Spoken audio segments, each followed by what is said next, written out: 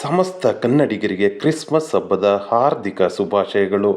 Travel along with us ಚಾನಲ್ನ ಪರವಾಗಿ ನಿಮ್ಮೆಲ್ಲರಿಗೂ ನಮ್ಮ ತುಂಬು ಹೃದಯದ ಧನ್ಯವಾದಗಳು.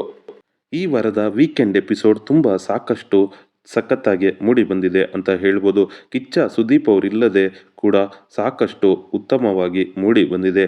ಬಹಳಷ್ಟು ಮನರಂಜನೆಯನ್ನು ನೀಡಿದ ವೀಕೆಂಡ್ ಎಪಿಸೋಡ್.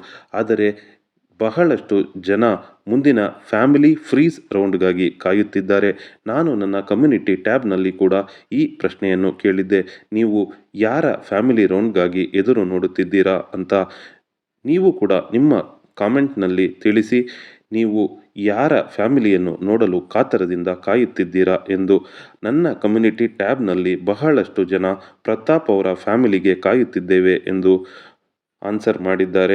ನಿಜಕ್ಕೂ ಪ್ರತಾಪ್ ಅವರು 3 ವರ್ಷಗಳಿಂದ ತಮ್ಮ ತಂದೆ ತಾಯಿ ತಂಗಿಯನ್ನು ಮೀಟ್ ಮಾಡಿಲ್ಲ. ಹಾಗಾಗಿ ಪ್ರತಾಪ್ ಅವರು ಅವರ ಫ್ಯಾಮಿಲಿಯನ್ನು ಮೀಟ್ ಮಾಡುವ ಆ ಉತ್ತಮ ಸನ್ನಿವೇಶಕ್ಕಾಗಿ ಕರ್ನಾಟಕದ ಬಹಳಷ್ಟು ಮಂದಿ ಕಾಯುತ್ತಿದ್ದಾರೆ ಅಂತಲೇ ಹೇಳಬಹುದು. ನಾನು ಕೂಡ ಇಂತಹ ಒಂದು ಉತ್ತಮ ಸನ್ನಿವೇಶಕ್ಕಾಗಿ ಕಾಯುತ್ತಿದ್ದೇನೆ.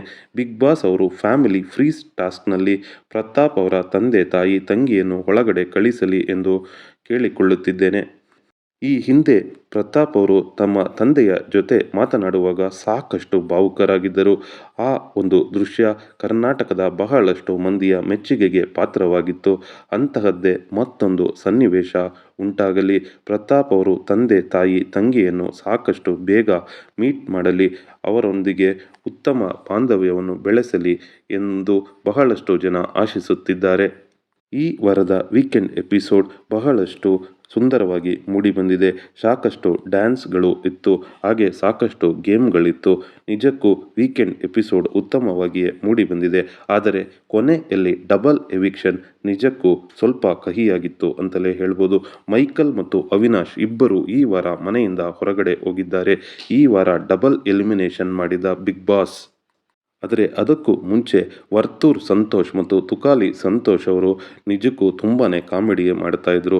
ವರ್ತೂರ್ ಸಂತೋಷ್ ಅವರು ತುಕಾಲಿ ಸಂತೋಷರನ್ನು ಕಾಮಿಡಿ ಮಾಡಿದ ರೀತಿ ನಿಜಕ್ಕೂ ಹೊಟ್ಟೆ ಹುಣ್ಣಾಗುವಷ್ಟು ನಗುವಂತೆ ಇತ್ತು ಅಂತಲೇ ಹೇಳ್ಬೋದು. ನಿಜಕ್ಕೂ ವರ್ತೂರ್ ಸಂತೋಷ್ ಅವರು ತುಂಬಾ ಕಾಮಿಡಿ ಮಾಡಿ ಎಲ್ಲರನ್ನು ನಕ್ಕು ನಲಿಸಿದರು. ಹಾಗೆ ಡ್ಯಾನ್ಸ್ ಕೂಡ ತುಂಬಾ ಚೆನ್ನಾಗಿತ್ತು. ವರ್ತೂರ್ ಸಂತೋಷ್ ಮತ್ತು ಪ್ರತಾಪ್ ಅವರು ಅತ್ಯುತ್ತಮವಾಗಿ ಡ್ಯಾನ್ಸ್ ಮಾಡಿ ಮನೋರಂಜನೆ ಮಾಡಿದ್ರು. ಹಾಗೆ ಕಾರ್ತಿಕ್ ಮತ್ತು ಸಂಗೀತ ಇಬ್ಬರು ಒಬ್ಬರನ್ನೊಬ್ಬರು ಹೊಗಳ್ಕೊಂಡಿದ್ದು ನೋಡೋದಕ್ಕೆ ಅದ್ಭುತವಾಗಿತ್ತು ಅಂತಲೇ ಹೇಳ್ಬೋದು. ಹಾಗೆ ನಮ್ರತಾ ಗೌಡ ಅವರು ಎಲ್ಲರೂ ಡ್ಯಾನ್ಸ್ ಮಾಡುವಾಗ ಅವರು ಕೂಡ ಕೆಳಗಡೆ ಡ್ಯಾನ್ಸ್ ಮಾಡ್ತಾಯಿದ್ರು.